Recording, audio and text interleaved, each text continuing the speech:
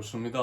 하나님께서 오늘 우리에게 주신 말씀은 이사야 23장 1절에서 18절까지입니다.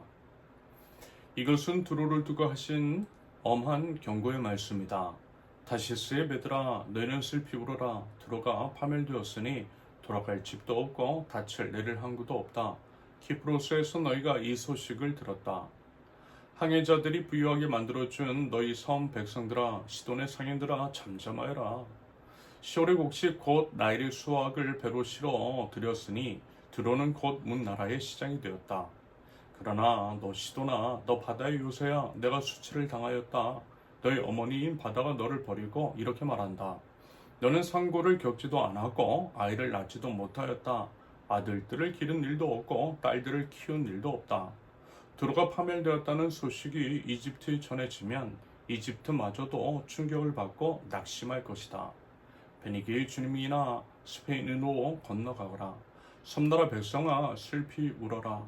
이것이 너희가 그렇게 좋아하다는 도성 드로냐? 그토록 오랜 역사를 가지고 저 먼 곳에까지 가서 식민지를 세우던 도성이냐? 빛나는 왕관을 쓰고 있던 드로, 그 상인들은 귀족들이요, 그 무역상들은 세상이 우러러 보던 사람들이었는데 드로를 두고 누가 이런 일을 계획하였겠느냐? 그 일을 계획하신 분은 만군의 주님이시다.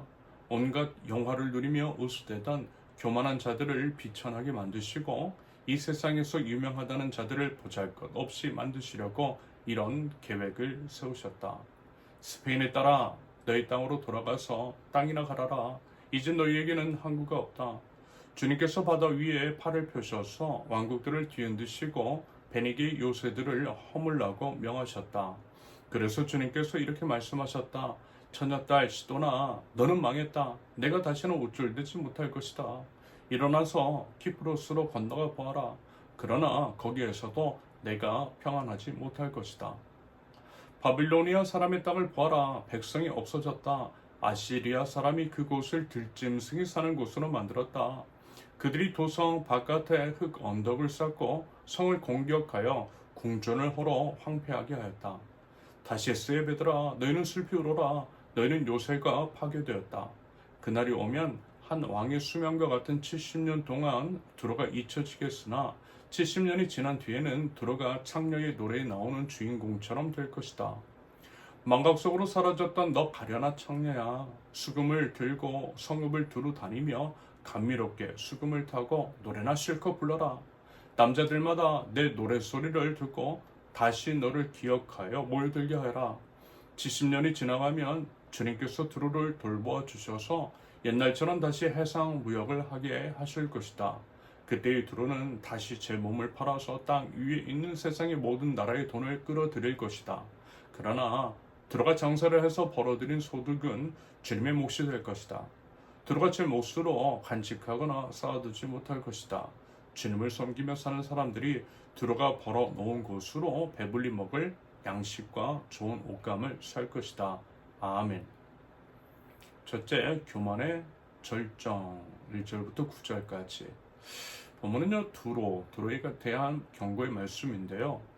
일단 이제 두로의 무역망을 구체적으로 나열하고 있어요. 다시스, 시돈, 이집트인데 시홀 같은 곳들. 말하자면 이제 지중해와 나일강을 잇는 일종의 상업 제국이었습니다.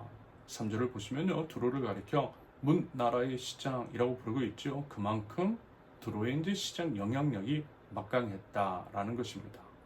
그렇기 때문에요, 두로가 무너졌다라고 하는 소식에 이집트 사람들마저 충격을 받고 낙심할 것이라고 말씀합니다. 이처럼 두로의 흥망은 그저 이제 한 도시가 아니라 지중해 경제 전체의 문제였어요. 한편 이제 9절을 보시면요, 9절. 그 일을 계획하신 분은 만군의 주님이시다. 온갖 영화를 누리며 으스대던 교만한 자들을 비천하게 만드시고 이 세상에서 유명하다는 자들을 보잘것없이 만드시려고 이런 계획을 세우셨다. 사실 이제 심판의 이유, 그게요, 무역 자체는 아니었죠. 두로가 이룬 부와 번영, 그 자체가 죄는 아니더라는 것입니다. 당연하죠. 예를 들어 하나님은 한 번도 돈 자체를, 성공 자체를 죄악시하신 적이 없었어요. 다만 그것을 대하는 사람의 마음이 문제인 것이고요, 교만이 죄였습니다. 말하자면 두로는 온갖 영화를 누리며 으스대는 것이 문제였다라는 거예요. 자신이 이룬 것들을 의지했던 것이 문제였어요. 두로는요, 자기 자신의 이룬 부가 자기를 지켜줄 것처럼 여겼던 것 같아요. 하나님이 아니라 무역망을, 하나님이 아니라 군사력을, 하나님이 아니라 자본을, 돈을 더 의지했다라는 것입니다. 그 또한 하나님께서 주신 것이 분명한데 그것이 마치 자신의 힘과 능력 있는 착각하고 의지한 것, 그게 바로 죄였어요. 그게 바로 교만이었어요. 여러분, 그렇다면요, 여러분, 우리는 과연 어떻습니까? 우리는 과연 하나님께서 주신 것들에 대해서 과연 어떤 태도를 취하고 있어요? 하나님께서 주신 건강과 재산, 그런 것들을 자랑하고 하나님보다 혹시 더 의지하고 있는 것은 아닌 것인지, 오늘 이 시간요, 솔직하게 한번 되돌아볼 수 있기를 바랍니다. 둘째, 교만의 분괴. 10절에서 14절까지. 먼저 10절 보시면, 스페인에 따라 너희 땅으로 돌아가서 땅이나 갈아라. 이제 너에게는 항구가 없다. 참으로 화려했던 시장이 하루아침에 경작지처럼 갈아엎어졌다라는 거예요. 망했다라는 겁니다. 11절에서는 주님께서 이제 팔을 펴셔서 왕국들을 뒤흔드셨대요. 두로를 무너뜨린 것은 아시리아나 바빌론의 군대라기보다는요, 역사의 주관자 하나님이시라는 것입니다. 하나님이 하셨다라는 거예요. 그러면서 14절, 다시 세베드라, 너희는 슬피 울어라. 너희는 요새가 파괴되었다. 하나님께서는 그 요새, 철 옹성처럼 쌓은 요새로 파괴하셨다라는 겁니다. 맞아요, 여러분.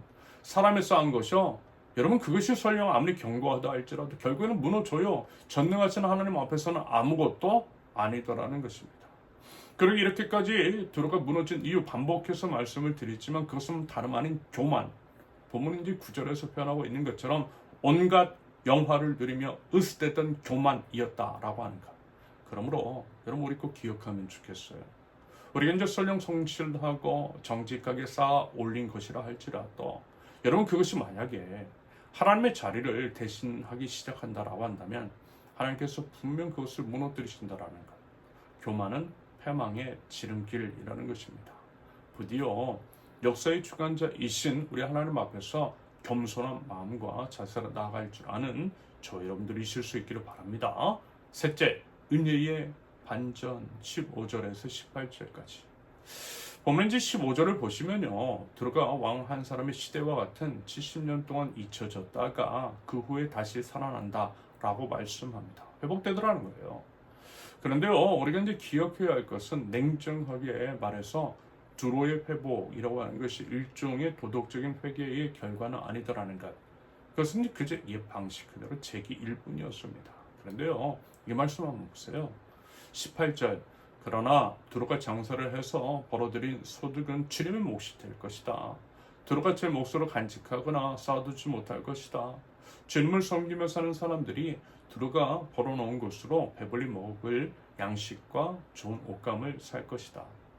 이처럼요, 두로의 이야기는 심판으로만 끝나지 않아요. 그 소득이 어떻게 해요? 하나님께 거룩하게 드려지는 것으로 끝이 나더라는 것입니다. 그러면서 이제 우리가 주목해야 할 표현, 바로 이것입니다. 두로가 제 몫으로 간직하거나 쌓아두지 못할 것이다.